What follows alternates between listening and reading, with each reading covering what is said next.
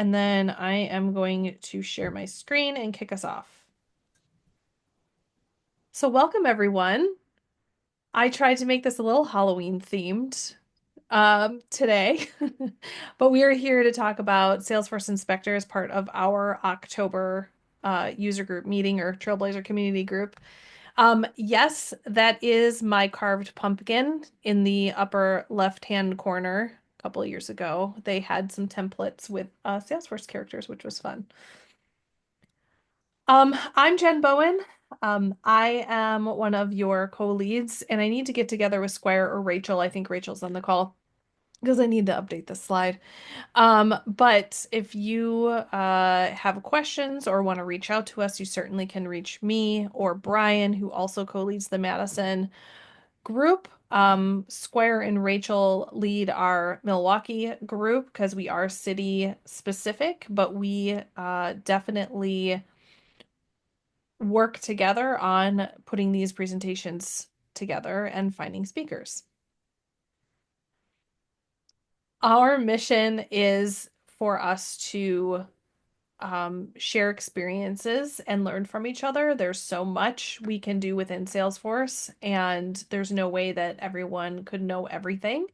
And then there's also all these fun add-ons that we'll hear about today from Brad, and it's good to drive awareness of features so that we can all succeed together. We always ask for a call for speakers, whether you have tips and tricks or neat things that you've done or failures you want to share. Please reach out to one of us and we'd be happy to take a look at our schedule and see what we can find for you to present. We have a lot of Trailblazer community group friends.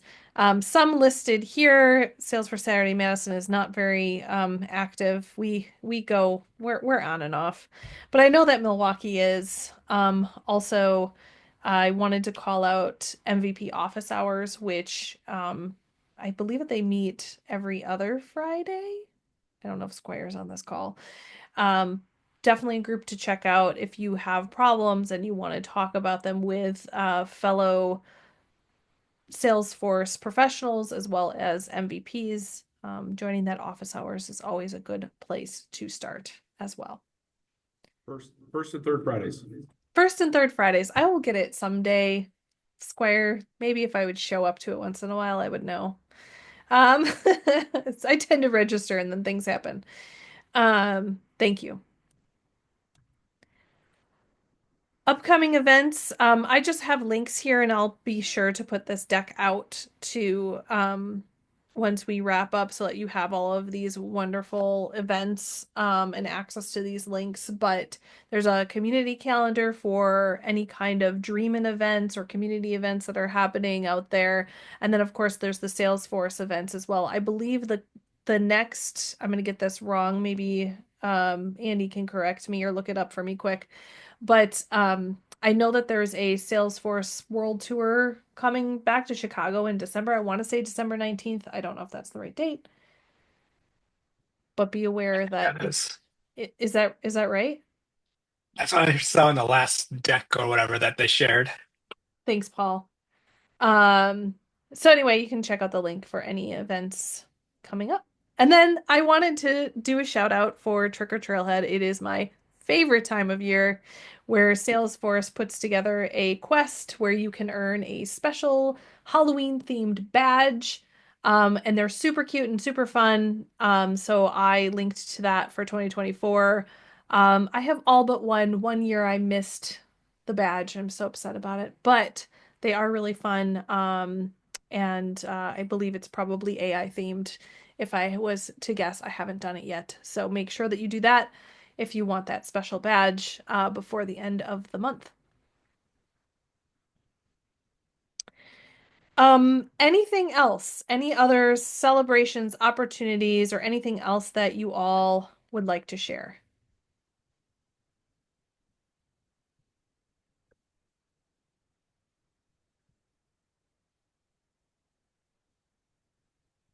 All right. I'll jump in really quick. Ooh. Maybe not, Squire. Sorry, we got multiple microphones. We will give him a second to figure out his mic situation, but anyone else have something to share? Squire, we can't hear you right now if you are trying to talk.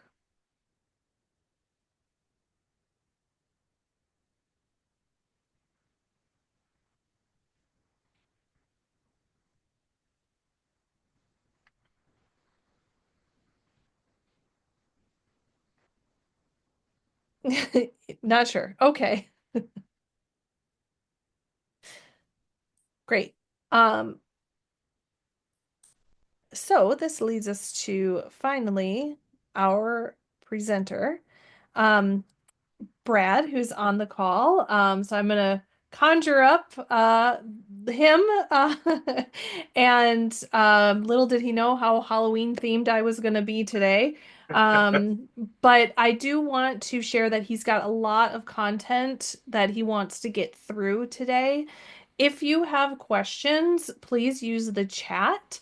I will monitor that chat, and then we will probably try to hold some questions until the end because I know that he has a lot of content that he wants to get through.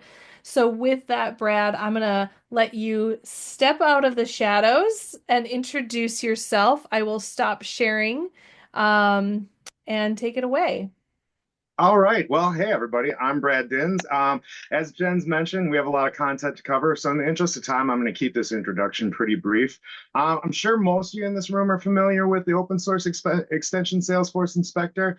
If you used it for any bit of time, you probably noticed that development stalled on it a little while back. So, in 2021, Thomas Prouveau decided to create a fork of Inspector to address some of those needs and add some new features that he would like. After using it personally for a few years, he actually decided to take that work public, and in March of 2024, he launched Salesforce Inspector Reloaded. Since then, he, along with a team of contributors, has been steadily adding to its feature set, creating what I feel is one of the best open source admin tools today. So with that, I'm going to share out my screen and we're going to get right into it. As I said, we have a lot of content to cover. So as Jen noted, please hold your questions to the end and we'll leave a bit of time then for Q&A. So with that, let's have some fun. Give me just 1 second here, sharing out the correct screen. That's the correct screen. All right, so we are going to, oh wait, It I don't is, think it's we shared see your yet. logo. Yeah, we see your logo currently. All right, It's coming. Let how's that me. look now? Wait, All wait. right, so we can see Salesforce setup. Okay, perfect. All right, so now I'm gonna hide everybody and get down to it.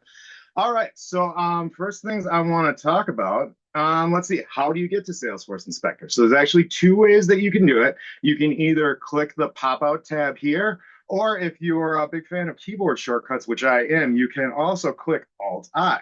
And then the other cool thing I want to show you about keyboard shortcuts is that Alt key also works. Do you see all these buttons and tabs with the letter underline? If you hit the Alt key and then those buttons, it are the letter under those buttons, it is going to take you to that feature.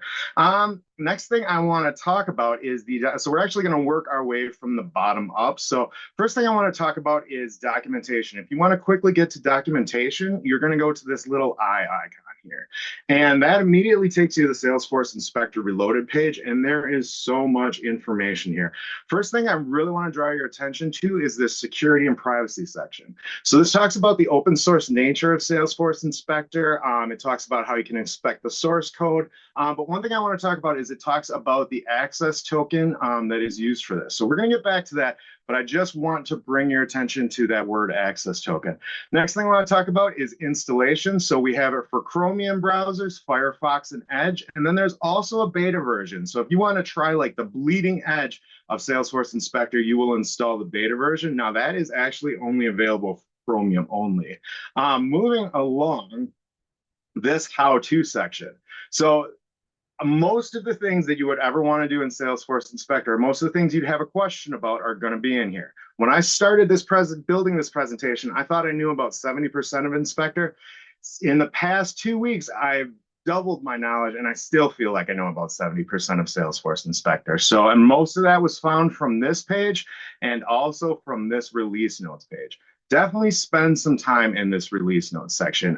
There is just so many cool little things that they have added to Salesforce Inspector that you are going to find in here. Let's see, moving on from that, let me get back to Salesforce Inspector. I apologize, I'm going so fast, but there's just so much to cover. Let's get to my back end. And now I want to talk, well, we did talk about the release notes section a little bit, but I want to, oh, this is perfect that this comes up now. So this generate new token thing, we're going to talk about this a little bit more, but you're going to see this come up every once in a while. When this does come up for you, just click generate new token, give it a moment, and then click allow. And now you have created a new token for Salesforce Inspector. So I'm going to go back to Salesforce Inspector. Give me one moment. This is and let's see. So perfect. We got through that part right away. I was hoping that that would come up with the access token. Moving on, if you see these numbers down here, V1.24, that is the version of Salesforce Inspector that you are on. And then this 61 is actually the API version you're on. So why is that? And you can actually change this. And that might be important if you're in the middle of a release window, because this won't change until all of your production orgs are on the newest release. So if you want to get to the newest version of the API, you can alter it from here. Moving on from that, let's go to the options section. Now, there are two ways to get to that. You can either get to that from the gear, or you can get to that from options. They're both going to take you to the same place. So this is how Salesforce Inspector comes when you first install it. This generate access token button is the only one on. You do want to leave that on. Now, you can actually use that access token for controlling access to Salesforce Inspector. I'm not going to get into that, but I do want to just mention that. But next thing I want to mention, so if you want to change the position of this tab, you can change that orientation and position by this. Flow scrollability I like to turn on because this actually puts a scroll up and down window in your flow, or a scroll up and down bar in your flow, so you don't just have to use the hand to move around. Inspect table, or inspect page, show table borders. We're going to see what that looks like in a second, but if you're like me and in Excel, you always want to have your borders so you can look at the lines of data, you're going to want to turn that on. Next thing is always open links in new tabs. I love having this on because I like to have my old tab open so I can refer back for information. Now, granted, this does cause you to have a whole bunch of tabs open sometimes. So you do want to remember your Control W or Command W if you're a Mac user for closing out tabs. Next one I like to turn on is search metadata from shortcut tabs. We'll get to that in a little bit, but this is very convenient. And then this one I really want to show, custom favicon org specific. So if you're like me, you like to be aware when you're working in prod. So what you can actually do is you can set a color for your org. So I put red in here. Now you can put any HTML color name, or you can put like the hex code. Let me refresh that. And before I do, I want you to pay attention to my favicon up here. So you can see right now it's blue. I'm going to refresh that, and now we can see that this favicon is red. So what I usually like to do is I like to have my prod be red because it's hot data, my blue be cold because it's not, it's not fresh data. Well, it is fresh data, but it's not hot data. And then I like to have my dev org be green because it's kind of like a green field implementation. You can do whatever you like there. I really love this custom favicon coloring. Moving on. API, once again, you can set the API version here. The rest of this I'm not super familiar with. You might know a little bit more about that. Moving on to the next one, data export. I usually leave everything in here as is. One thing I do want to call out is the show delete records button. Now, we've all heard with great power comes great responsibility. And if you don't want the responsibility for accidentally deleting a record, you would turn this off. I do actually leave it on because I do use it, but I just want to call that out for you. Other thing I do want to call out here is this query templates section. Now, this is where you can actually build templates for SOQL and SOSL queries. That's pretty cool, and we're going to talk about that a little bit, but I actually don't use this because you can save your queries and you can also see a history of your queries. Moving on from there is data import. This is the batch size and thread size for the entire org. I generally don't change this because I change this when I am actually doing an import and I need to maybe throttle down those sizes. Otherwise, I just leave it as is.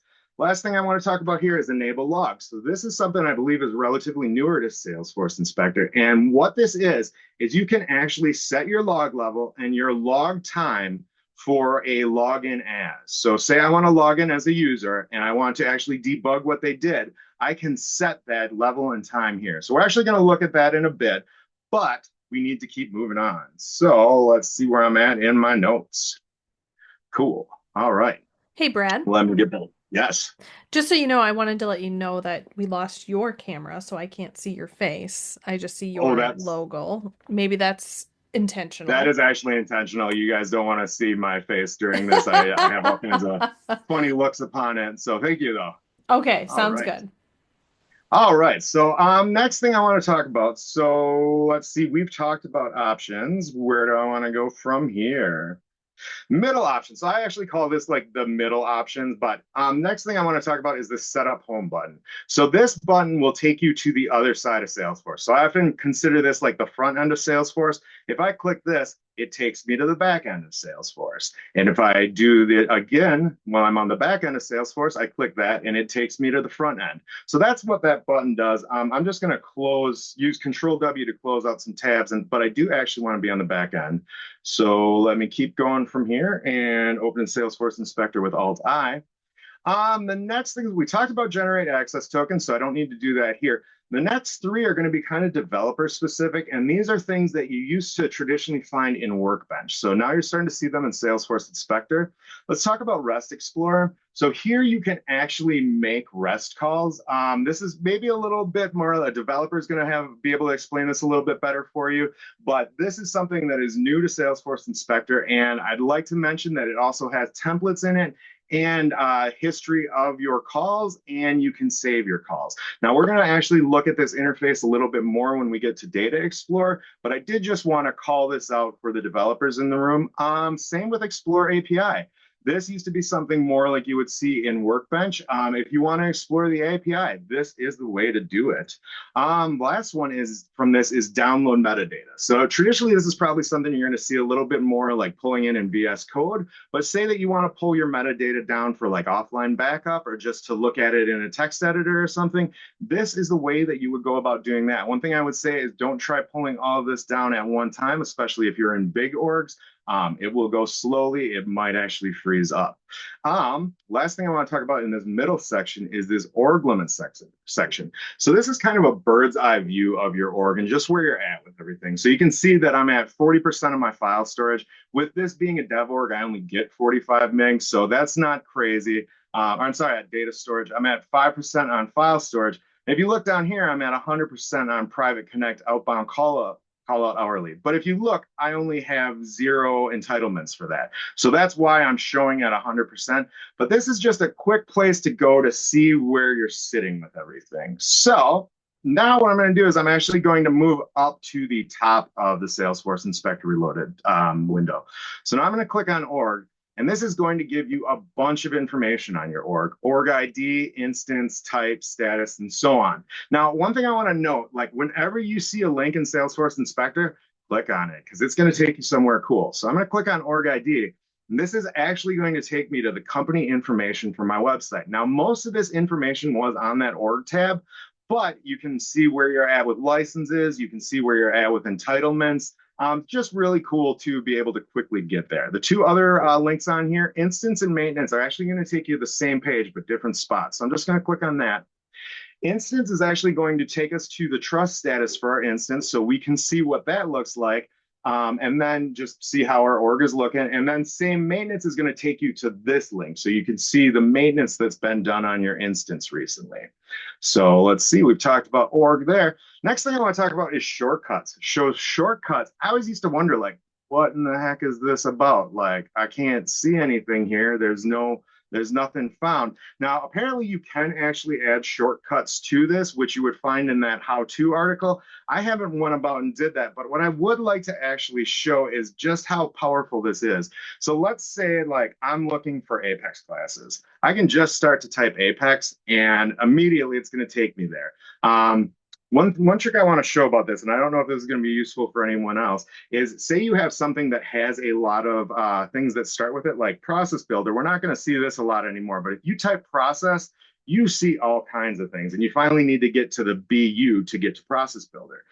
If you just take a slice of your query, so SS, BU, that's immediately going to show you just the things that have SSBU in it. I just find that a quick trick for finding things faster. You might feel differently. Some other things I do want to call out. So this isn't just like a link that you could same find on the left side. You can go much deeper. So I have some permission sets I want to look at, and I know what they're called. So they're called best permission set ever.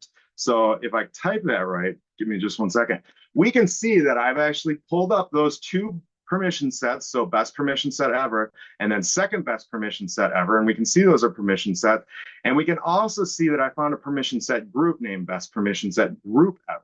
Now, one thing I want to call out, if you look at where this is highlighted, that is in the label. But you can also, because we set it in options, you can also query in the metadata. So you can see the metadata at the bottom, like sales underscore best underscore. So let's look for that. So sales underscore. Ooh. And of course, live demo, this isn't going to work. Give me just 1 second here. Best permission set ever. All right, so we do actually see that it is pulling in. Now we're looking at the metadata at the bottom. So can look both at label and a metadata names.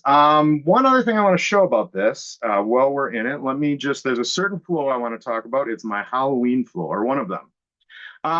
Let's see, we're actually going to look at this one because we're going to debug this just real quick. So when you go in here, all this flow does is if you on the account click invited to Halloween party, it's going to get all related contacts and invite them to the Halloween party on their contact record. So I just want to show this bar at the side, that is the flow scrollability bar that we get from Salesforce Inspector. Otherwise, you do all your movement with the hand. Another thing I do want to show, so we are in a flow right now. Let me click the Salesforce Inspector window. Now, we haven't got to this objects tab yet, but we see that we have some information in here about the object. So what we can kind of tell from that is that Salesforce Inspector is context specific. I might be phrasing that wrongly, but let's just click on this to take us to flow versions. So now from this, there's only one flow version in here, so not all that interesting. But what I want to point out to you here, you can actually see I have two Salesforce Inspector tabs. I have this one up top, and then I have this one that is in the flow window. So when I click the one up top, we don't actually get any data loaded in the objects tab. But when I click in the inner one, now it does load information about that flow. So we get the flow ID, we get a bunch more information. So what I'm trying to show here is that if you do have two tabs, you want to look at a specific item. I'm doing a poor job explaining this. Basically, what I'm talking about is like a scope type thing. So this outer one is the org scope. This inner one is going to be the scope of the record you're looking at, but you can quickly break out of that for org scope just by searching for other things. Don't know that I did the best job explaining that, but we need to keep moving along. So we've looked at some things in the shortcuts tab. What I now want to look at is this users tab. And this users tab I find very powerful. So what you can do is you can actually search for users up here using username, email, alias, or name, and then you get a bunch of information. So when I first load this, I'm going to see the information about the user I'm logged in as. So I can click, I'd like to really show off this name link because this takes you to the access summary for the user. So we can see all of my user details. We can see my user permissions, object permissions, field permissions, all of this. This is, I believe, something that's relatively newer to Salesforce. I could be wrong on that, but I love the fact that this takes you here. Other ones, take you directly to the ID. Let's click on that. And this is going to load the all data window. And this is a super powerful window, but we're not going to talk about it yet. But just kind of remember this view because you're going to love this.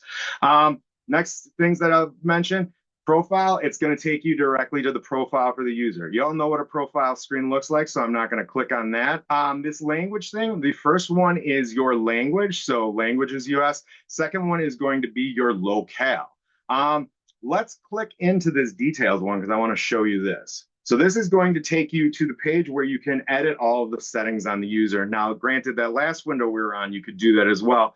But this also has all of your links to permission set assignments and whatnot. You've all seen this, so I'm not going to spend a lot of time in here. PSET and PSET-G are exactly what they sound like. This is going to take you to permission sets. This is going to take you to permission set groups. But this is only so cool looking at your own user because I know everything about myself. Maybe I want to know something about other users. So I have a sales manager named Anna Apples, and she asked me to build a flow for her. So they're having a Halloween party at the end of the month, and she wants to be able to invite all of the contacts from an account to that Halloween party just by clicking invite on the account. So I built that for her. She's going to test it, and then I'm going to look at her logs. And she's actually busy, so she's going to have me test it. So what I'm going to do is I'm going to click Enable Logs. And so I've enabled logs for the Anna Apples user. So now I'm going to do Login As. Now there are two options here. There's Login As Normal and Incognito. This Incognito, when it works awesome. But I do have some issues with that working for me, so I'm just going to do a Login As. So now I'm quickly logged in as Anna Apples. I didn't need to like go to her user record and setup or anything like that, but I do need to go to the front end of Salesforce. So one moment here, sales, and I want to look for a specific account. Smith Brothers Roofing. You're going to see the Smiths come up a lot through this. So what I want to do, so this account's owned by Bob Bananas, we can see. I want to invite these people all to the Halloween party. So I'm going to click Invite Halloween Party and just click Save. Now, we're not really going to see anything happen on the front end, but let's go look at some of the contacts. So Mark Smith, we're going to stop in quite a bit. Mark Smith, now we can see that he is invited to the Halloween party. So Anna's like, this is awesome. This works great. So let me log out as her. Now I need to log back in as myself. Give me one moment. All right, so what I want to do is I now actually want to go to debug logs. So I'm just going to go in my shortcuts. I'm going to go to debug, and cool, I've got debug logs. And what do we have in here? All right, so we can actually see that debug is running on Anna. It's actually going to be running for another 14 minutes because I was pretty quick here. But let's actually go look at this debug log for, I'm going to guess because this has the biggest log size, this is where she went to the account record. So cool, we've got a whole bunch of information here. So we can actually see that flow ran right here. Now, I do want to, this is maybe not going to be all that easy to see, but we're seeing a validation rule run over and over. And we're actually going to see it run about like 6 to 7 times. And what that is we're actually seeing a validation rule run on all of the accounts or the contacts that were touched when that account updated them through the flow. So I'm not going to spend a lot of time on debugging. There are some great videos on it, but this is how you would be able to debug while logged in as a user. I just think this is so absolutely cool. I hope that you get some use out of this. Give me just one moment before we move along. I just want to make sure that I'm at the right spot. All right, I am at the right spot. So let's talk about this objects tab. So this objects tab is incredibly powerful. The first thing I want to point out is this search bar.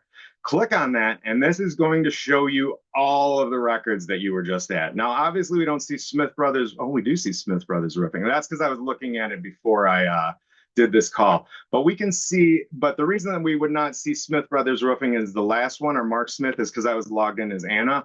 But here we can see pretty much every record that I've looked at. I haven't counted how far it goes back, but this is really helpful just having this all in your history. The other thing I'd like to mention here is not only do we see the record, we see what type of record it is, and we see the record ID. Now, I'm sure most of you are familiar with record ID prefixes, but let's spend just a little bit of time on that. So we can see that my user ID, or my user record, that starts with 005. Account starts with 001. Lead starts with 00Q. Okay, that's cool. What's 006? Well, 006 is opportunities. Well, that's awesome. Now, whenever I see a record that starts with 006, I know that is an opportunity. Well, let's go the other way. Maybe I just I know the name of an object, but I don't know the record prefix. So I'm going to type in Apex class, and here I can see that prefix for Apex class is 01P. So I just find that to be incredibly helpful. Now, keeping on with looking at contacts, let me pull up the contact object. So what's going to happen then is this is actually going to load the contact object for you. So this is how you can look at just the contact object. We're not going to look at a record. We're going to specifically look at the object. So if I click on this, it's just going to take me to the details page in setup for contact.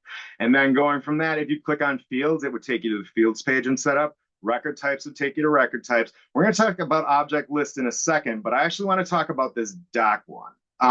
So doc is actually, when we click on this, and this I believe only works for standard objects, it's going to take you to the developer documentation for that object. Now, if you want to know an object in and out, go to the developer documentation, read through it. You will understand that object so much better. So I just definitely want to draw your attention to that. The other thing I want to draw your attention to before I start moving back up is this new button. So if I click new contact, this is just going to launch the modal window for creating a new contact. Now, this works across most items. So it works across lead, opportunity. Certain ones that it won't work on are like record type. I think Apex class does work in there, but I just want to mention that you might see new for an object that you've looked up, click on it and get an authorized access error. And that's just because there is not a window for creating a new object that way. Moving on from that, let's talk about this object list. So if you click on that, this is actually going to take you to the default list for that user for your object. So I clicked on list. It took me, object list. It took me to recently viewed for contacts. That's awesome. Let's take a look at one of my contacts. I'm going to go into Penn Bryson's contact. Now, let me actually go back to my Salesforce Inspector pop-out. Now we can see that this object page has more information on it. So we've still got name, links, label, blah, blah, blah. But we have this ID in here. This is for the ID for Penn's record. So if you go up here, you can see the same thing. And then also we can see both the date it was created and by whom, their ID, and the date it was last edited and by whom, their ID. So both of these were created and edited by me because I'm the only person in here. And if I click on name, this is going to take me directly to this record. Now, how useful is that when you're already on the record? Not terribly useful, but let me show you something that is kind of useful about that. So let me paste a different ID in here. All right, so now I've pasted that ID. I'm going to click on it. Even though I'm on the Penn Bryson record, now I actually have Mark Smith's record loaded for me. So let's, before moving on from that, let me go to Mark Smith's record, and I want to show you some other cool things in Salesforce Inspector before we kind of get to the back end. Well, that will make more sense in a second. So this show field API, fields API name. I absolutely love this because, you know, in an ideal world, your label names are always going to match your API names. But is that actually the case? Usually not. So click on this. Now we see phone and label and phone API are the same. But as we scroll down, we see that the label is ready for karaoke, but the API name is likes to sing. That's not exactly intuitive. Same with favorite treat. The thing is, the API name is actually candy preference. So once again, not terribly intuitive. But another thing I want to point out is you can actually, when we're in the show API names mode, you'll see when you go over the highlights, it changes your cursor and puts a plus signal or symbol. Click on that and it actually saves that API name to your clipboard. Now, why is that convenient, you ask? Let's actually now get to the really things. So what I'm going to do is click on show all data. Now this view is so powerful. I love this view because this is every bit about the record without having to worry about page layout. So anything I need to see on the record is here, and I don't have to worry about it being on the page. Now, a few things I want to call out here. Give me just one moment, make sure I'm at the right spot. Let's see. First thing I want to call out is formulas. So you can tell that it is a formula because it is in italics. And what happens when I hold my mouse over the formula is I can actually see the formula. Now, I'm not sure how well you can see it because I got big screens. I'm kind of zoomed out. But I can actually see what the formula is on that field without having to go into setup.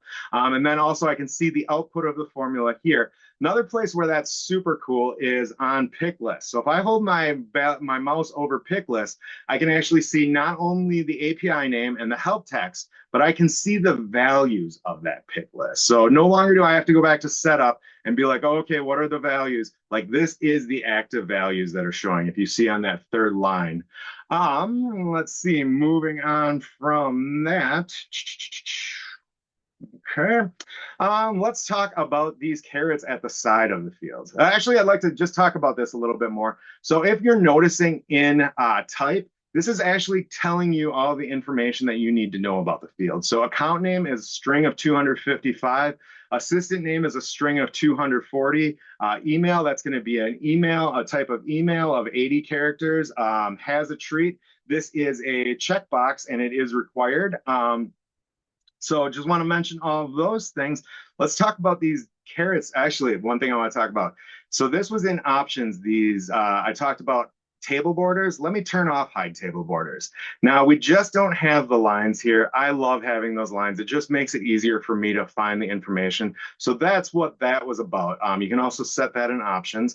Let's talk about these carrots down at the end. So I'm going to click on these and I get more information. So field setup lightning and field setup classic are exactly what they sound like. If you want to go to the setup for the field in either lightning or classic, click on that. Otherwise, if you want more metadata about the field, click on this. Now, here is all of the data that you could ever want on this field. And you can actually add this to the list view, but it very, very quickly overwhelms the list view. So I would say if you do need more data, just go to that caret and click on the all field metadata. This is probably going to be a little bit more for designers and admin or developers, but if you need it, the information is here.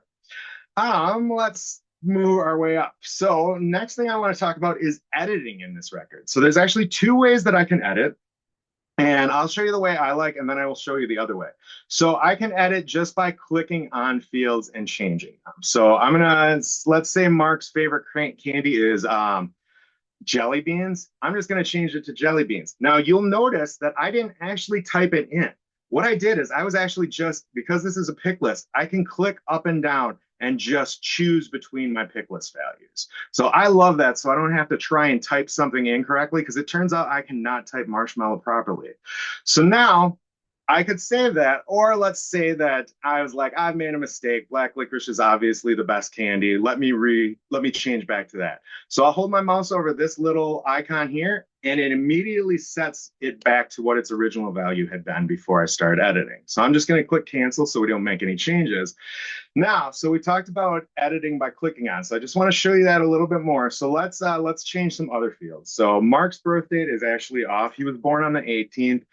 Let's see, we're going to change his clean status. We'll just change that to different. Actually, no, we're going to change it to acknowledged.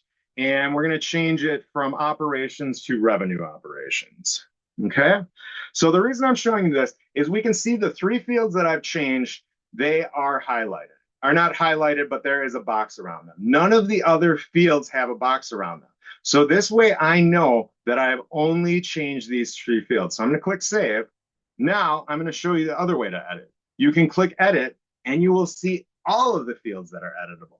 Now I love that because then you know what the fields that are editable are on a record, but at the same time, if I change a few, so we'll change black licorice to, one second here. Oh, I'm having a problem.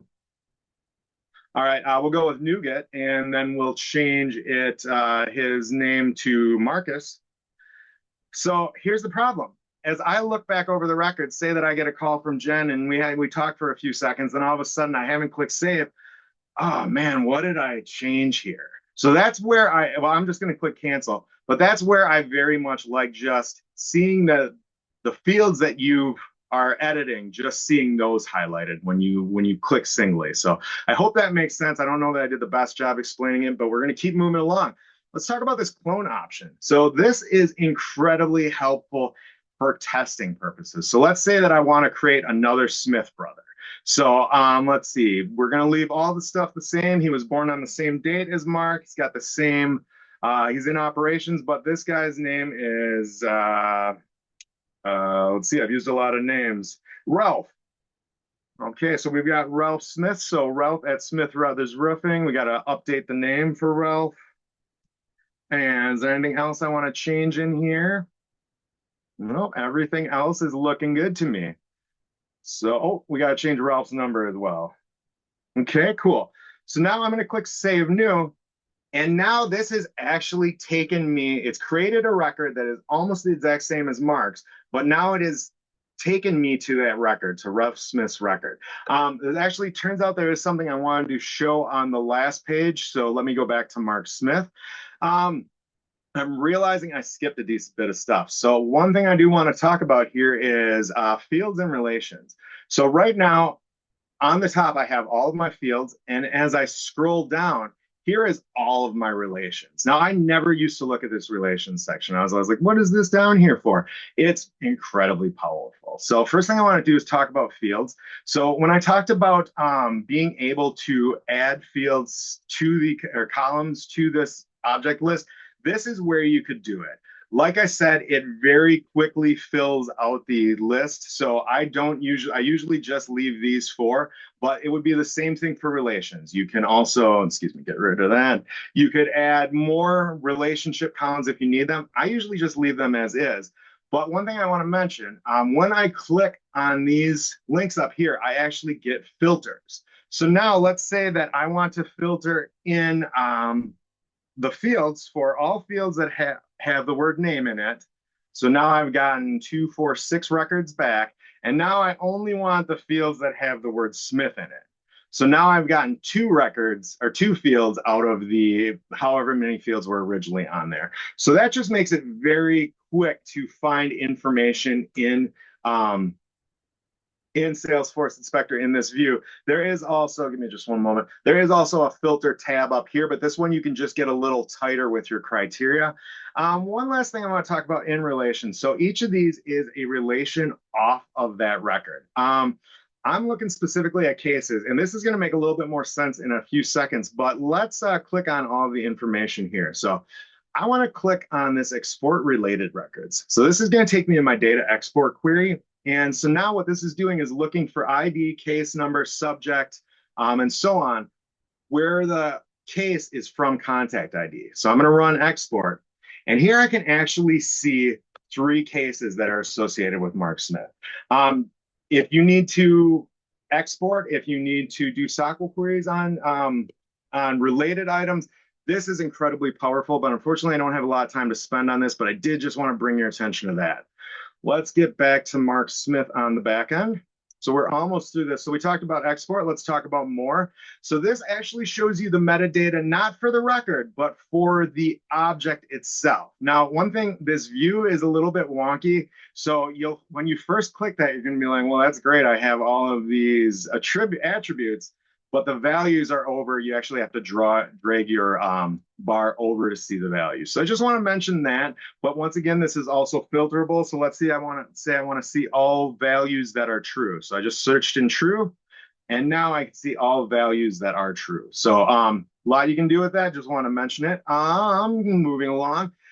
The last items I want to talk about here are view record in Salesforce. So if I were to click on that, let's just open that link in a new tab. That is actually going to take me to the page layout view for that record for the user I'm logged in as. So I'm logged in as an admin user, and I know that this is actually my admin view because Sales has all of this information up at the top. But just in case you need to get to the page layout view, that's how you do it. Speaking of page layout, edit page layout is going to take you to the edit page for the page layout that is assigned to the user you're logged in as. So I'm logged in as an admin, and I have admin layout assigned to that user. So, but let's say I want to change the sale to sales. All I need to do is the drop down in my page layout. But you all know page layout, so I'm not going to spend a lot of time in here. And then these last two, Object Setup Lightning and Object Setup Classic, are exactly what they sound like. They'll take you to the Lightning setup for the object or the Classic. And then finally, this button here is your eject button. When things are getting too weird, when things are getting too intense back here, just click this and you are now on the front page of Salesforce and everything is good again. So let's see, we've talked about that.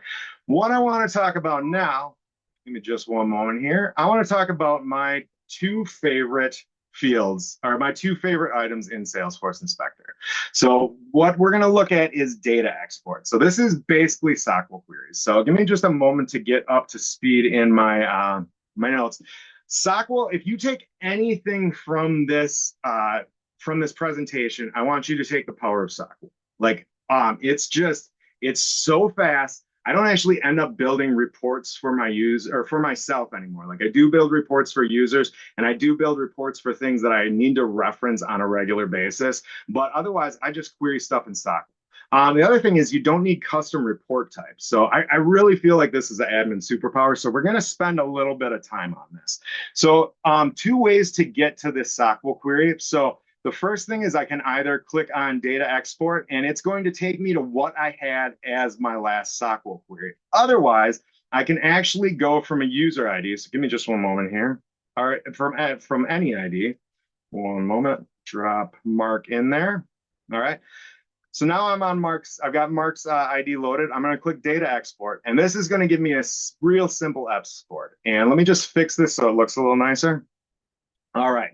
So what this is asking for is I want to get the field ID from the object contact where the ID is this, this ID number. So let me run that export.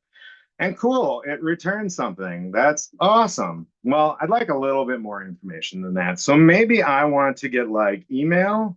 Actually, no, I'm going to want name first. So name and email. Now, as you'll note, as I'm typing, you'll see these selections down here become less and less. So we got email, and then let's add phone number. So what these selections down here are, let me just back out a little bit. These are all of the fields that are available on the object that you can query. Now, it's not just the fields, but if you look here, like you see where account dot, and it has this special like plus icon next to it, this is actually a lookup to another object. So we'll get into that in a little bit, but I just want to call that out. So first, let me do select ID, email, and phone from contact where ID equals that string. Well, cool. This is Mark Smith's record. So we've got email, name is Mark Smith, email is Mark Smith, or Mark at Smith Brothers Roofing, and so on. So cool. So we've been able to just, we can get one record, but maybe we want all of my records. Maybe I want to see this information for all my contacts. So let me get rid of that filter that I had there, the where ID, and we're just going to now run this. All right. Well, cool. Now I've gotten all of my contacts, their name, email, and phone number. And we can actually see that I've gotten 317 records.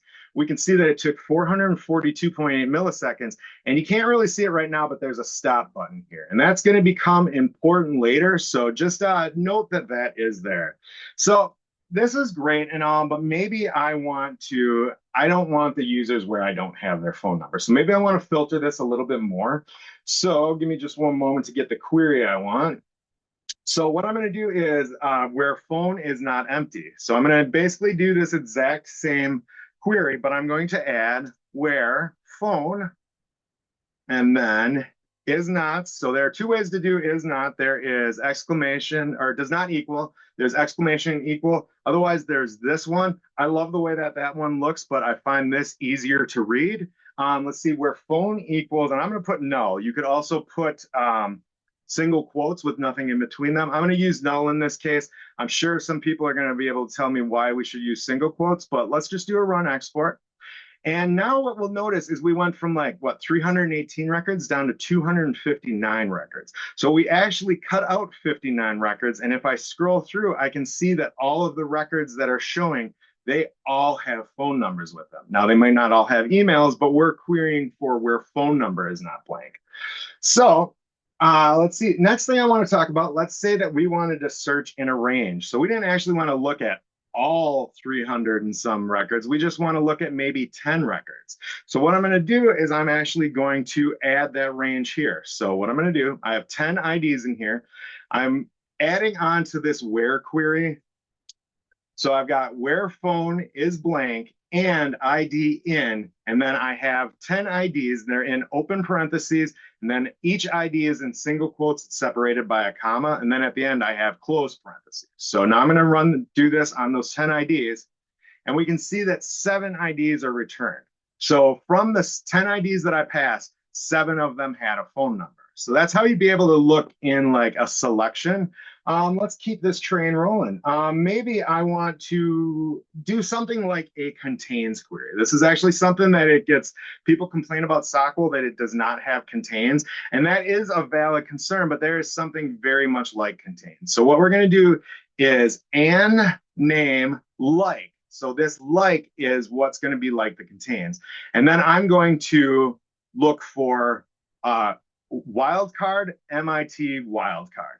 And the reason that I have the wildcard at the start is maybe we have some hyphenated names in here. Maybe we have Jones-Smith, or we have Smith-Riley. That's why I want to make sure to have the wildcards here. So let me do a run export on this. And we're getting a decent bit of information back. We're getting a bunch of Smiths. We got Carl Smith, George Smith, Josiah Smith. But then we also have some stuff like Amity Branson and Mittens McGee. So, and I see that there's not anything hyphenated in here. So, oh, cool, no worries. I can just get rid of that first wild card and then put an S because I'm looking for Smiths. Now let me run this again and nothing comes back. And we could spend some time trying to figure out why that is. But what's going on here is I am actually querying on the name field. Now let me run this again. That name field is the first and last name put together. So all the Smiths are actually in the middle of it. So if I start without a wildcard at the start, it's not going to pick up any Smiths. Now I could actually fix that by changing this to last name. So I'm only looking in the last name field. One moment here. And not lame, last name. All right, and let me update that now. And now, so this is going to look, I've got the first 4 letters set for the last name, and now it's only going to return Smiths to me. Really, I just want to point out how that is very useful. I don't know that this is a perfect example for it, but that is a lot of people don't love Sockwell because they don't have contains. That is how you can do something similar to contains, but a little bit more fiddly. Now, let's actually talk about ordering. So let's say that I want to get this same query, but I want to order by name, okay? So I want the names in alphabetical order. So I'm going to click Run Export. And why did I do that wrong? By name. Oh, because I'm not looking, okay. Let me fix up my query again. All right, let's run this again. All right. So we can see when I order by name that I'm getting all of my names. Now remember, we're sorting by name, which is first and last name together. So it's sorting by alphabetically by first letter. But we can see that it goes from A down to, well, we're going to pretend Z's down at the bottom. So what we know from that, when we order by and we don't specify an order, it's going to return ascending order. Now I just want to show you a little thing that I use to remember ascending, descending, because I'm not that smart. I've worked in tech 20 years and I still have a problem with this. So ascending is going to go from A to C. So when we query for ascending, we're typing in ASC. So we're going from A to C. When we query and we want something in a descending order, we want to go from D to C. So a latter letter to an earlier letter. So the query is DESC. I don't know if that's going to be useful for anybody else, but that has solved it. So I don't need to run a query and then run it again the other way because it didn't come in the order that I want. So let me just run this now. So we've got order by name descending, and now we can see that we're starting at the end and we're working our way to the beginning. And just to belabor this point a little bit, you can see I'm in the D's, and as I drag down, I'm going into the C's. So descending is from older to newer, descending is from later to earlier. And that is going to come in. Well, we're going to talk about that a little bit more in a second, but another thing I want to talk about is this deleted records function. So I don't have a lot of deleted context, but I do know that I have some deleted leads.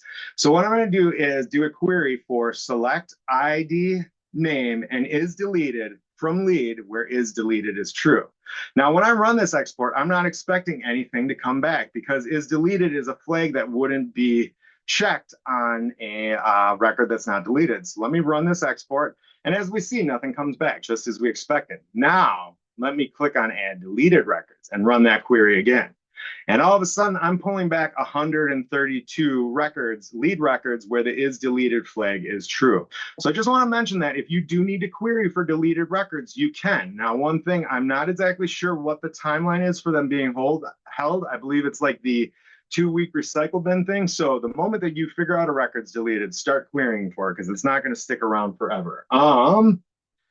Let's see, a few other things I want to talk about here. So we have templates. So I talked about that in options where you could add more templates, but honestly, I don't really use these. And we actually went through most of the examples here. So we did select ID from, we did select ID from where in, where we took a look at the range or the 10 different records, where we used the names and the wildcards, and where order by. So this actually, we just went through what each of these is a template of a query for. Now there's two other ones in here. I'm not sure what this one is, and this one's a SOSL query, and we're going to talk about that a little bit later.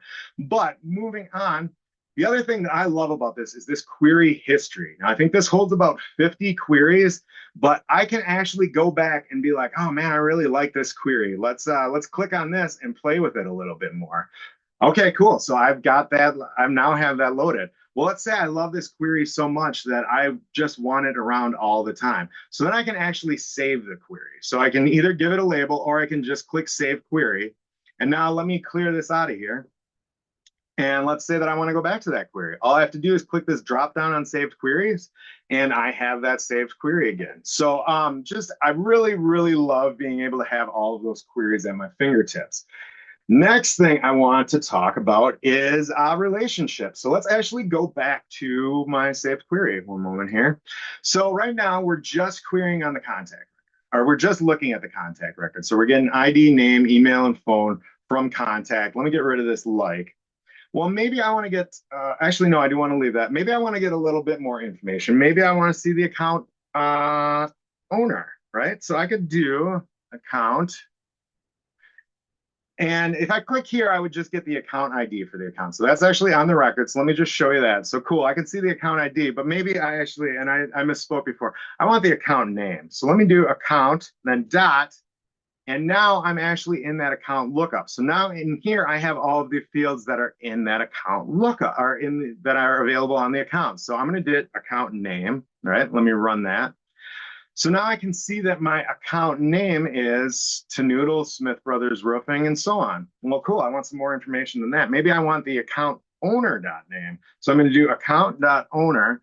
Now I could do owner ID, but that's just going to give me the ID. I actually want the name. So let's actually traverse to the user object.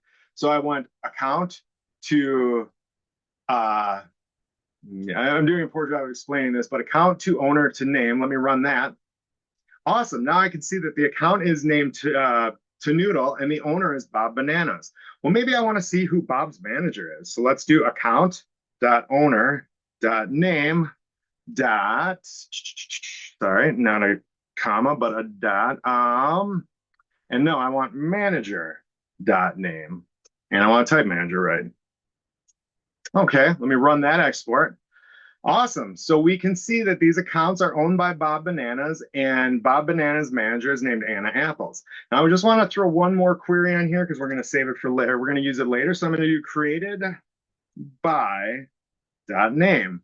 And so this is going to look for who created all of these contacts because I'm not specifying a different object. I'm just doing created by and name. So let me run that. And we can see down, well, I guess I am kind of specifying a different object because created by is the user object, but we can see that I am the creator for all of these records. So this is maybe not the perfect example. Maybe like I use this a little bit more. We use CPQ at work a lot. So to go from opportunities to products and whatnot, or maybe the other way around, I'm doing a poor job explaining that, but I really love this feature. But let's talk even more. Let me save this query because I'm going to come back to it. All right, let's talk about the shape of records. And that's not going to make a lot of sense, but sometimes I like to the shape of records is a good way to put it.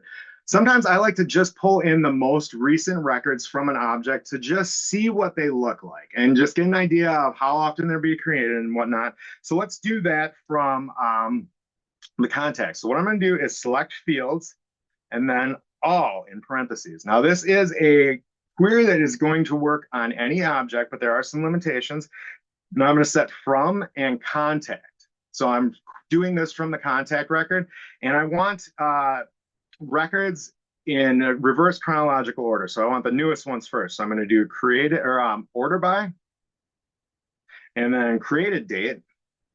And then what we talked about before, ascending versus descending, I want descending. Now I'm going to click run, and I got an error. So what I see here is malformed query. Sockable fields function must have a limit of at most 200. So what that's telling me is I need to actually limit the amount of records that I'm querying. So I'm going to do limit 200 and click run export. And now I get those the last 200 contact records created in reverse chronological order.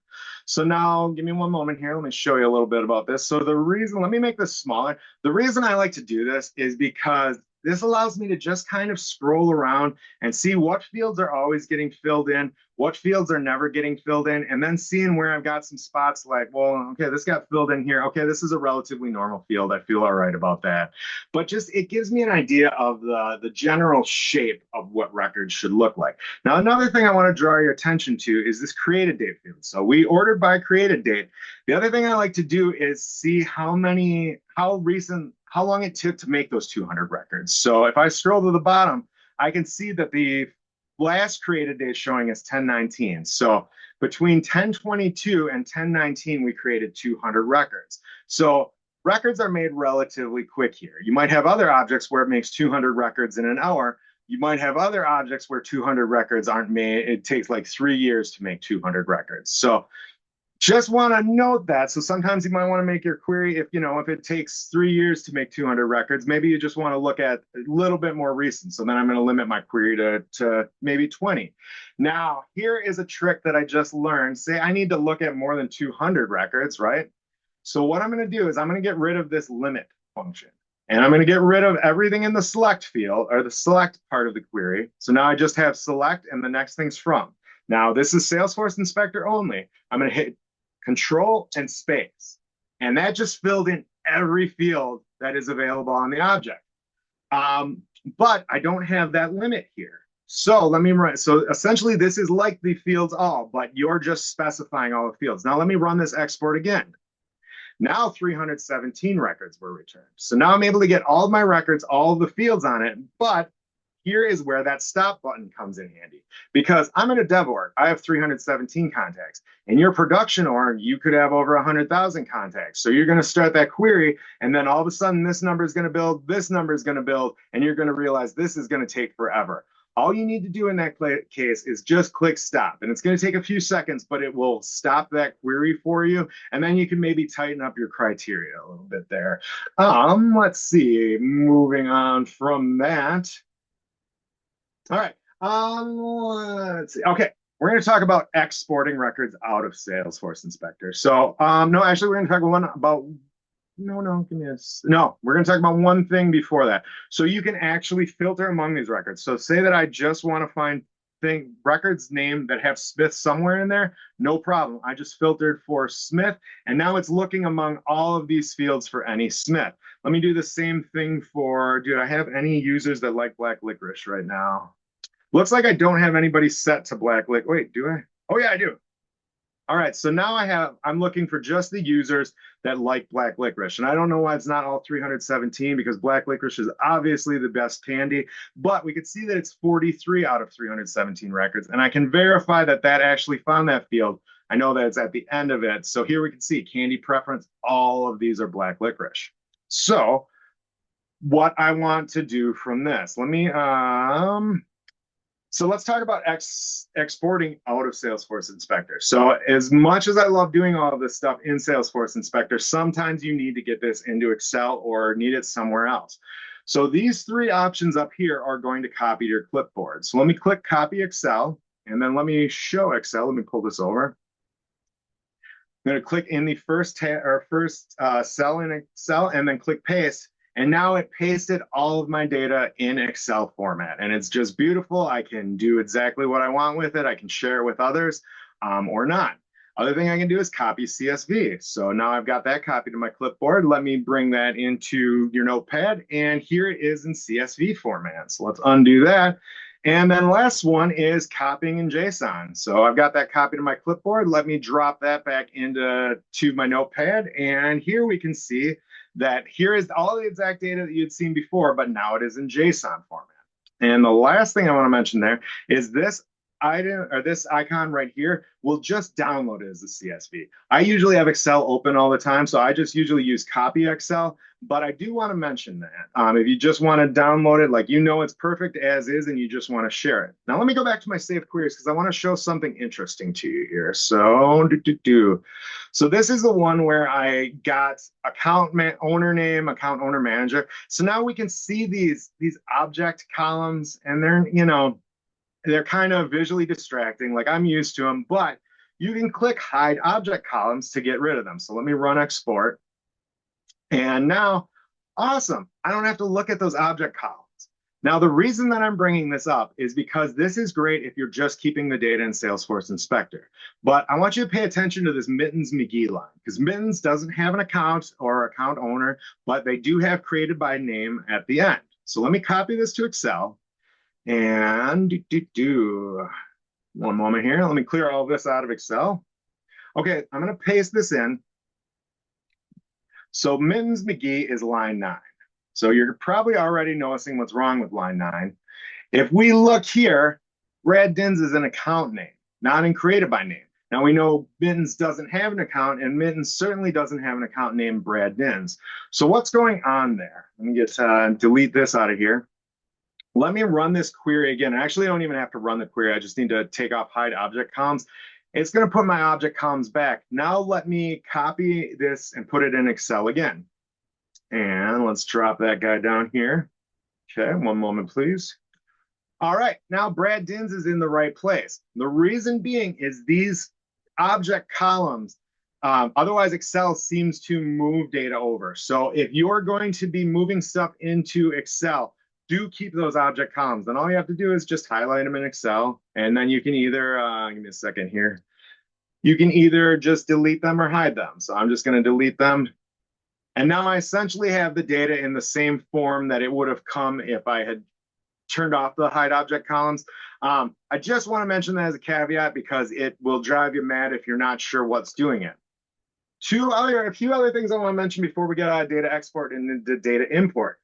You can query the tooling API. So I'm not going to spend a lot of time on that, but let me just do a query for users. So select and then from users. Okay, and now I'm going to use my handy dandy little control space to, control space to fill in all my fields. Now let me just do a run export. And we can see that I have all kinds of fields on the user record, and I pulled all of my users in. So these are the normal data fields. Let's try this again. Give me one moment here. But now I'm going to query from the tooling API. So we can see all these fields I'm getting rid of. I'm going to click delete. Now I'm going to choose tooling API. Now let me hit to choose all of my fields again. So I'm hitting control and space. Now I only got a few fields. Well, that's interesting. So let me run that. So, and different information was returned. Like workspace ID was definitely one that I don't think was in user or in the normal user data. So let me turn off tooling API and query again for this query and run it. And we can see that workspace ID is not a field on the entity users. Well, it is, but it is a tooling API field. So, this might be useful to you if you need to access the tooling API. I just want to mention that there. Two other things that we're going to do, and then we're out of export section. You can actually export, so you can get your event log file. So if any of you, if you don't have Salesforce Shield with the event log monitoring, then you get 1 day worth of event log data, and you've got to use that ELF browser to get to it. And it doesn't always work all that great. So you can actually query that event log from here. So what I'm going to do is I've got this query set up, and then I'm going to hit control space to fill in all my fields. Now let me run export. And so this is supposed to get me all of my event logs from the latest one first. Now you'll notice all of my event logs, the created date is 9/30. I think that this is a dev org thing, and that's why I'm not getting yesterday's event logs. But in production, this does work properly. So I did just want to mention that. All right, so last thing I want to talk about the exports is you can now do SOSL queries in Salesforce Inspector in here. So SOSL is structured object search language. So what I'm going to do is I'm going to query for the wordsmith in all name fields, and I'm going to return the name field on the lead, the name field on the contact, and the name field on the account. So I'm not just querying one object, I'm querying in multiple objects and all fields in them that are name fields. So let me click Run Export. And cool, we've got 16 records returned to us. And we see a lot of Smiths in here, which is what I've been looking for. But we also see like Donna Marie Lantoff, Kane Jeps. What's that about? So let's look in Kane Jeps' record. I'm going to click on that. And then I've got various options. And you've also got this in all data. I could click Show All Data. Query record would just bring up a new data inspector or Salesforce inspector to query that record. View in Salesforce just shows you the page layout view, and copy ID would just copy that to your clipboard. But let's go into Kane Jeps. Let's look for all data. And then I want to find how Kane Jeps relates to Smith.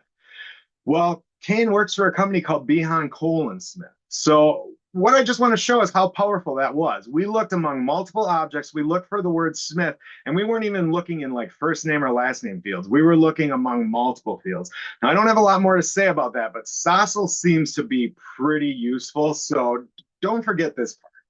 Now, let's talk about data imports. And I promise we are almost done. I realize this takes a long time, but we're almost through it. So data imports. So you have the ability to import data in Salesforce Inspector. So let's do just that. So you can actually import 3 types of data. I'm only going to do enterprise, but you could also do tooling and metadata. There are multiple actions you can do: insert, update, upsert, delete, and undelete. I'm actually going to do insert and delete today, but all of these are incredibly useful. Format, you specify if you're giving it to an Excel, CSV, or JSON format. And then here, remember when we talked way back at the start about options and we talked about batch size and threads? Well, here's where you can set that on a per job basis. So let's talk about this for a few seconds. So batch size is the amount of records you're sending at one time. So right now, I'd be sending a batch of 200. Threads is the amount of batches you're sending. So if I'm sending 6 batches, I could be sending up to 1,200 records to my org at one time. Now, like, for real simple stuff like leads, that might not be a problem, but maybe you have an object that has a lot of automations, a lot of validations on, maybe like opportunity or something like that.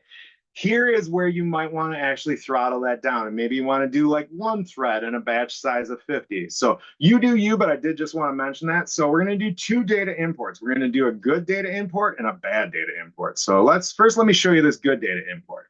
This is the type of data import that you only get when you provide it for yourself. Like all the fields are filled out. If the person has an account, it's got their account ID ready. All of my API names are in there. It's just beautiful. I love looking at this. So let me copy this. And now what I'm going to do is I'm going to go over into this paste Excel data, click paste, and now I have it all in here. And my field mapping is beautiful because I had those API names right. So as I scroll through, I see everything looks good. Awesome. I see 995 are queued, and it actually should only be 95, but when I built this in Makaru, I left it as 1,000, and then I tested with 5. But going on, let's click Run Insert. And so we can see that it is going through in batches of 200. And fingers crossed, all of them processed, everything was successful, and we can see what happened. So now let's do a bad data load. So this data came from Bob Bananas. We talked about Bob a little bit more. And Bob is a great salesperson, but maybe Bob sometimes cuts some corners. Looking at this data, I'm already seeing some issues. I'm seeing a lot of last name is unknown, business is unknown. And what happened here is Bob knows that if last name or business is not filled out on a lead record, that it will not load. So basically what he did is he just put in dummy data. I don't love that, but it is what it is. Next thing, let's talk about his API names. Well, we don't have an F name in Salesforce. We don't have an L name. Contact info, that looks like it's email. Biz, I'm going to guess that is company name. Telephone, that's actually named phone in Salesforce. Source is lead source. Job title is title. Rating's actually correct. Home base, what the heck is that, Bob? Well, it actually looks to be countries. My notes, that looks to be descriptions. This field, Bob rating. So Bob has his own internal classification system that is only in his head. We don't have a field for it. We're not going to upload this to Salesforce, but Bob left it on his sheet. I can delete it at the Excel level. Otherwise, I can just get rid of it in the import. But the one thing Bob did do right is he did give me the API for owner ID, and he did give me his user ID because Bob wants to be credited for these leads. So good job, Bob. Let me copy all of that. let's do another load. So I'm going to paste this into Excel, and the eagle-eyed among you are already going to see an issue. But field mapping, we can see none of my fields work. Well, that's weird because I know that rating is correct. Well, what it is I'm still actually on the contact object. So just want to mention that to you. So let me switch over to lead. And now when we look, lead rating looks good. So now I know I'm on the right one. So now what I need to do is go and fix my other mapping. So let's see, first name, that's going to be, I'm just going to type first and it's there. Let me get rid of this one. And then I'm just going to do the drop down. And we can see last name right up at the top. So now I'm just going to go through and quickly fix this. Email, company. Okay, telephone is phone. Source is, since the word source is in, there's nothing else. I can just choose lead source from that. Change title, job title over to title. And home base is going to be country. My notes is going to be description. And then Bob rating, we're just going to click skip because we don't want that. So now what I'm going to do, I've checked all my field mappings. They all look great. It looks good down here. Let me do a run insert and click insert, and 100 successfully inserted. So I could scroll down to the end and see that they were successfully inserted. Now, one trick I want to mention here, you can actually, if you have some errors, you could copy this into Excel, you can fix those errors. You can paste that exact data back in here, and it will only, and then click retry failed, and it is only going to update the ones where it did not have a success message. So I just find that amazing. I just figured that out the other day. So cool. So let's see. Now, I just want to make sure that all of my contacts and leads did come in. So let's see. Let me just look for all contacts created in the last day. So I'm going to look, select ID, name, created date from contact where created date equals last day. And we can see that 999 records were created. And I actually created 4 records before this, so that looks good. Let's do the same for lead. One moment here. And we can see that I just exported 100 records. It all happened on 10/22. Now, I got an email from Anna, Bob's manager, and she's like, I was looking at Bob's leads and I see that there is a lot of ugly data in there and we need to clean this up. Now, granted, we probably shouldn't have let that bad data get in the first place, but now that it's in there, let's get rid of it. So let me paste, that's not the query I'm looking for, one moment. I promise we are almost done here. All right, so I'm pasting in this query. I'm looking for ID, first name, last name, company, phone, email, country, and created date from lead, where phone and email are empty, or company and last name are both unknown. So we can see that I've got ands and ors in here. I've separated them out. Let me do a run export here. And cool, we got a decent bit of stuff back. We got Alan, unknown with no phone and no email. We got Marn, unknown. So we got an email address, but long story short, these are not great leads. So I got about 26 of them I want to get rid of. Well, check this out. We left the delete record button available to us in options. So I'm going to click delete records. That's going to take us right back to data import. It's already loaded the delete action. It's already loaded the object we want to delete on, and we only need the ID field map because that's all you need for the delete. So we've got 26 queued. Let me click run delete. And those guys are all gone. So we have imported data, we've exported data, we've imported data, we've deleted. We are actually at the end of what is in version 1.24. But real quickly, I do want to talk about what's coming in version 1.25, but I don't have time for demos for it. So there are 2 really big, cool things coming, and I've already got pages for them on the how-to.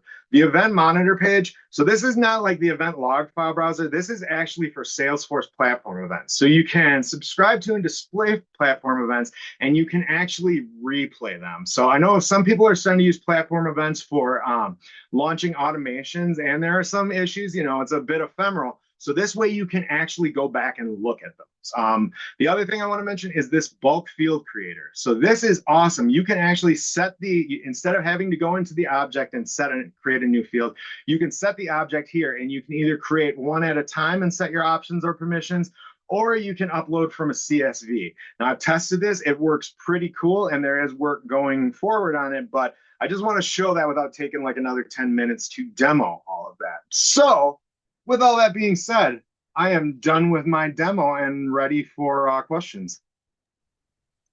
Thanks, Brad. You bet. Wow, that was a lot, and there was a lot of things that I did not know about. The little checkbox to hide the object name. Like I didn't know Sure. that that existed, so it's right there in front of my face, and I've never clicked it, so that was neat. And also all the different options and things like that too. I definitely want to spend more time in the how-to documentation Mhm. to learn a little bit more. There were some questions that came in through our Sure. chat, so I'm gonna kind of scroll through here and pull those out. Okay. Does everybody Um, still see my screen? Out of curiosity. yes, we can still see your Okay. screen. You can probably Perfect. stop sharing, but then again, you might need to reshare because Yeah. there might be questions. Sure. Let's see.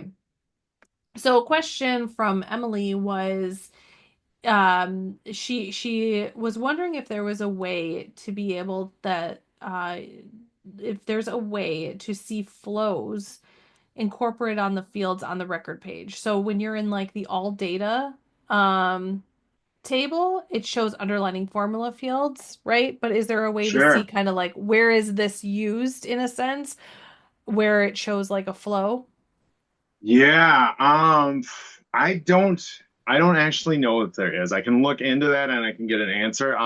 But yeah, I've not found that. Now I do want to mention, like I said, I know about 70% of Salesforce Inspector, so there is a good chance that it is there. So one that is probably something that I would go to the how to and start looking for flows. But I have not actually specifically seen that. Yeah, I haven't seen that either. It would be a neat feature, which brings For to my real. question is if you did have feedback or features, how does someone submit their ideas to the team that runs Inspector?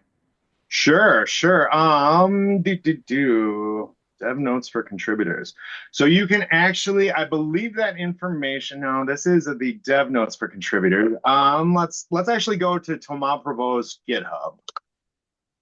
This would actually be how I would go about contacting Thomas. He is the lead on this project. But I do know there's a process for it. I cannot remember where it is. No problem. But this is contact him. Also, I would say follow him on LinkedIn because that's when he posts about all of the newest things. So that's how I actually found like halfway through doing this demo about Field Creator and the event monitor. Gotcha. I'm gonna find his. I'm sorry, can you pull his name back up Oh one more yeah, time? sure. One I'm just gonna second. find his LinkedIn and post it too. Yeah, no Um, problem. I want to make sure I grab the right guy. Sure. Okay, I found him. Awesome. So I will drop his LinkedIn profile here in the chat as well. The other thing I mentioned for people to follow on LinkedIn. So I did right at the start. I dropped Mm, resources. There are a few articles by Thomas Provost, and then there are a few articles by I'm not recalling her name, but they're SFN articles. Follow that lady as well because she writes an awful lot about admin tools, like different admin tools. So you will very much enjoy her content. And then for the SOQL queries, Pranav Nagrashah, I put him in there. He wrote a bunch of the SOQL queries I linked to. He also drops a bunch of great knowledge on Salesforce or on LinkedIn. I'll include that with my post to the intro deck and include the link to your Google Doc as well, so people can see that Awesome. in the community Thank feed. you.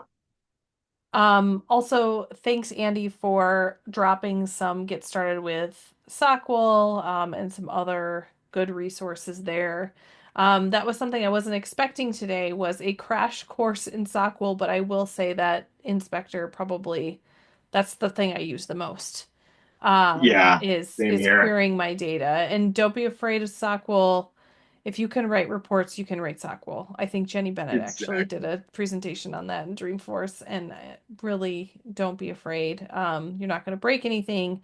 Just try, find out what works. In fact, I even have my shortcut I will share of select where from just because I need the Sure. reminder on my desk of how to write SQL.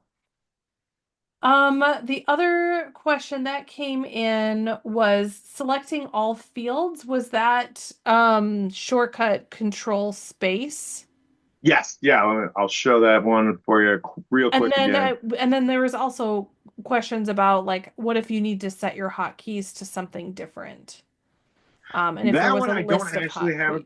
hotkeys. Yeah, that one I don't have a great answer for you on. I will say in the new Salesforce Inspector version 1.25 that's coming out, there are some additional options, but I don't believe there is anything about hotkeys. But that is probably something that I would look for a little bit in how to and release Documentation. notes. Yeah. Yeah. Okay. Great. Yes, our recording is going to be shared. We usually post it to Brian's YouTube channel. So we will do that once it finally uploads for me. It can take a while. Let's see what else there was a question about.